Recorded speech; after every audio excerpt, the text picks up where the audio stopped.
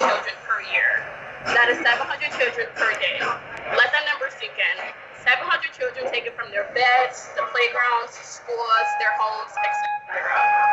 Out of the 258,115 children are kidnapped, only a portion will be found alive. During this speech, I will educate you on the background of child abduction, how you can assist in preventing your child from being abducted, and the impact child abduction has on families.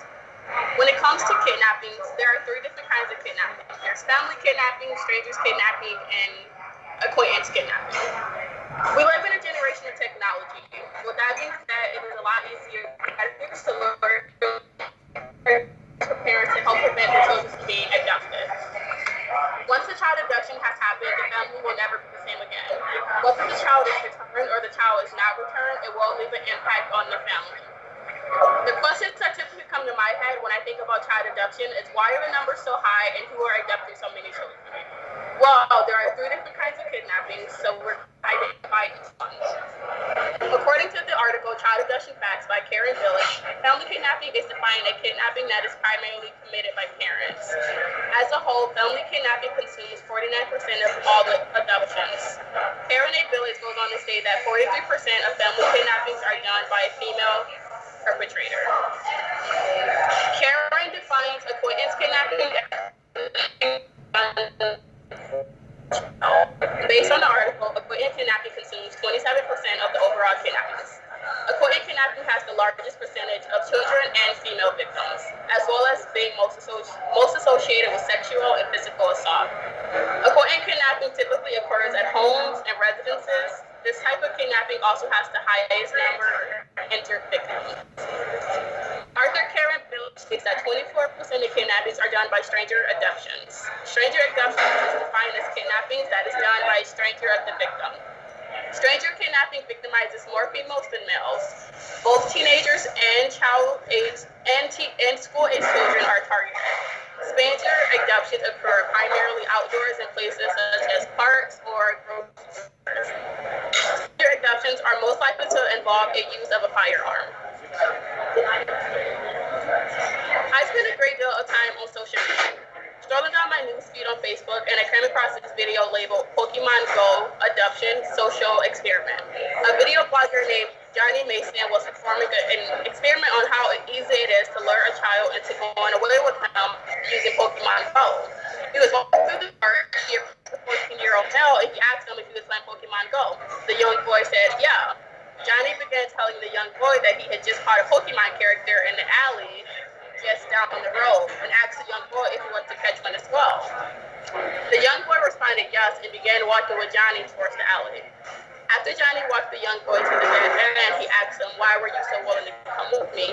The boy responded, well, there was a Pokemon. Johnny did not go and his parents knew he was downtown by himself. The young boy said no.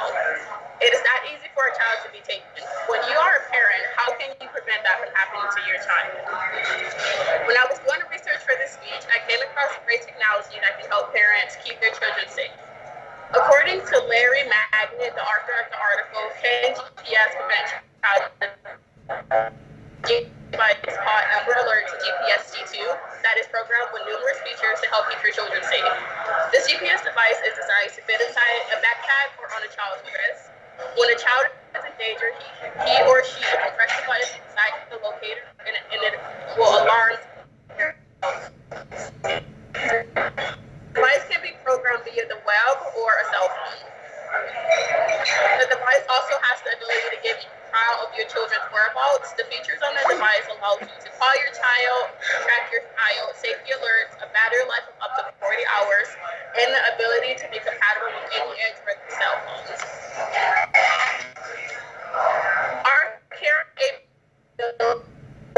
abduction states that 74% of victims are found murdered within the first 3 hours of their abductions. As I took in that information, I began to wonder, how does the family come back from that? The answer is simple: they don't. We are going to explore 2 different child abductions and the impact it had on the families. Both cases are from the article The Impact of Child Abductions on Families, and by Jeffrey Reif. Ethan Katz vanished in 1979. He was 6 years old. He was missing for 22 years. He was declared dead in 2001. Jeffrey Grief states, in the case of Ethan, it raised the family hope that closure of some sort was possible. Ethan's parents waited 22 years to declare him dead, most likely in hope that he was still alive. Their health like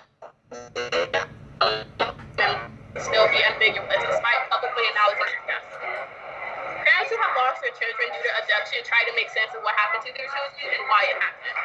Parents tend to start scholarships in their children's names or hold annual rituals to honor their child. The impact of the family can also lead to them becoming speakers on how to deal with loss or participating in focus groups with other people. This was taken in 1991. She was 11 years old.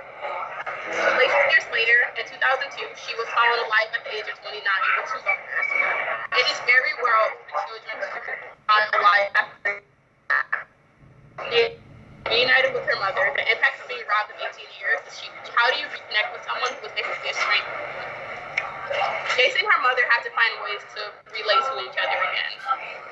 Childhood is not talked about as much as it should be. It is very real and it's happening right around us. I would never take as much information away from this speech as possible. We have to educate ourselves in order to we have to be aware of our surroundings. So during this speech, I talked to you about 3 different kinds of kidnapping: family kidnapping, acquaintance kidnapping, and stranger kidnapping. I also informed everyone on how you can help prevent child abduction by using technologies as advice. Lastly, I shared the different impacts child abductions can have and how you can help. Every 30 seconds, a child has gone missing. How will you help? And that's all.